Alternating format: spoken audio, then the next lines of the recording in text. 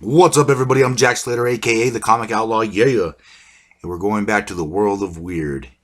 And if you've seen my show, you know what I'm talking about, the Sensational She Hulk 46. Because man, these episodes have just gotten weirder and weirder, man. And we're gonna fall down the rabbit hole right now. In the last issue, it's seemingly Wheeze and She Hulk had switched bodies, and now we're gonna find out why. She Hulk has an idea from this alien. Back in the day, these aliens taught Doctor Doom how to switch minds, and he ended up switching minds with Reed Richards. Took over his body for a bit, so She Hulk's hoping she could do something like that, maybe send a message up to Wheezy because they're being held right now by the Skrulls. So they're trying to figure out exactly what they're going to do. Meanwhile, this girl's a little pissed off because her boyfriend, I think his name's Razorback, has been turned into stone, as has Rocket the Raccoon. Yes, has been turned into stone by these people as well. So they're getting a little desperate. So this guy kind of shows her the mind trick and literally just reaches into her nerve system and turns it on.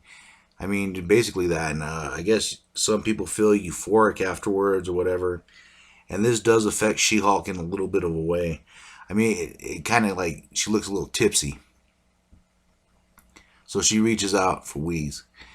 And she could feel her. She could feel her mind as she reaches out to her, but yet something's going wrong. Something's going extremely wrong. As her body begins to twitch and shake and ache and mold and transform. And this guy's basically freaking out. And, he basically explains that he thought she was a Skrull, and then she was reaching out to another Skrull because she's green. This is where the human explains that she's human, but she's gamma irradiated. So yeah, she's human, but yet she's not human, if you know what I'm saying. So this will have a different effect, and of course it does. And She-Hulk ends up switching bodies, and she ends up getting Wheeze's body. Yes. And that's why in the last issue, Wheeze looked all pumped up and buff. And this is what She-Hulk looks like now. Apparently their powers are switched too. So instead of the mind, she has the body and powers of Wheeze and vice versa. I mean, look at Wheeze. She's able just to pick up that Skrull with no problem. So this is where they figure something has gone terribly wrong. And maybe it's time to take the Skrulls offer to go down there and just start wreaking havoc or figuring out what is going on. And Wheeze is now in a better position to negotiate since he has all the strength of She-Hulk. So her and the Skrull captain have a little talk. They figure they ought to go down there and investigate what's going on. And the Skrulls, I guess, were going to go down there anyways, but they were going to go down there shooting, so I guess it's going to help them succeed in both their missions. Anyways, they teleport out of nowhere. Of course, these people start throwing bricks at them, and the Skrulls ain't having that. They just start blasting left and right. And yeah, these people are called the asparagus people. Like I said, this rabbit hole just keeps getting deeper and deeper. Anyways, the Skrulls start taking them out, start vaporizing them. Of course, they want revenge. Wheeze comes smashing through, which is something She-Hulk should have just done. She should have just smashed right through the place, right through the wall, and had, just didn't get captured or anything. But you learn from your mistakes. Anyways, these guys try to attack Wheeze. She dispatches the asparagus people. And I guess one of them, only one person has a petrifying gun for some reason. I don't know why they didn't duplicate that. It seems to be a handy dandy weapon. Anyways, Wheeze kind of jumps out, and she's getting used to the She-Hulk body as she jumps out, grabs the gun. And this guy's not having it. I mean, he's not really a big fan of the human race to begin with. He wants to get rid of the meat bags, that have been plaguing his life since he got crash landed there. And of course, he is just uber pissed. And the Skrulls decide this is a good time to take off and go report to the other Skrulls so they could take over and annihilate these people. Anyways, this guy says that he has a ship that's available and it's time to get out of here. Of course, this girl's freaking out because she doesn't want to leave her petrified boyfriend and the raccoon.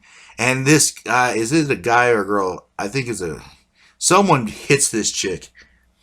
And I think it's Wheeze in She-Hulk form. She just bashes the crap out of her. They get into this guy's ship, and it's kind of funny how these aliens build ships that almost look like their heads, faces, or has some kind of like body art or body work in accordance to their physical appearance. Anyways, they get into this giant egg. The Skrulls are going after them. And this is, I guess, where the asparagus guy kind of loses it. And he turns up the gun all the way. And the gun just kind of explodes. And it turns everyone into stone. It petrifies the entire planet. And I guess that's a very selfish way to go at it. I mean, if he can't rule, he's going to destroy everyone on that planet. Anyways, the Skrull ship wasn't fast enough. It was caught in the impact, and boom, it is gone. Serves them right. They were going to annihilate a species anyways. Well, that's just what the Skrulls do, man. Anyways, they come out of the blast safe. Everything is petrified, but except for Razorback and the raccoon. Apparently, when you use the gun on it a second time, you turn back to normal, while everyone else has been turned into stone. And they go and they pick them up. And I guess everyone's fine at this point, and they're just basically recapping what's going on. And as you notice, She-Hulk is still stuck in Wheeze's body and vice versa. So they're trying to figure out what exactly they're going to do, how they're going to switch bodies back. Razorback and his girlfriend explained that they were just following the Skrulls, trying to figure out what their activity was. They got stuck on the planet. As for the raccoon, he was refueling. He decided to get a little something to eat, and then boom, he was attacked and turned to stone. Like I said, the asparagus people are not friendly. Anyways, due to the body switching, the gamma blood and this and that, I guess the effect is permanent. So I guess the body switch has, or for now, permanent, but we'll see how they're going to reverse it, if they can reverse it. And as always, I'm Jack Slater, and I'll catch you on the flip side. Yeah.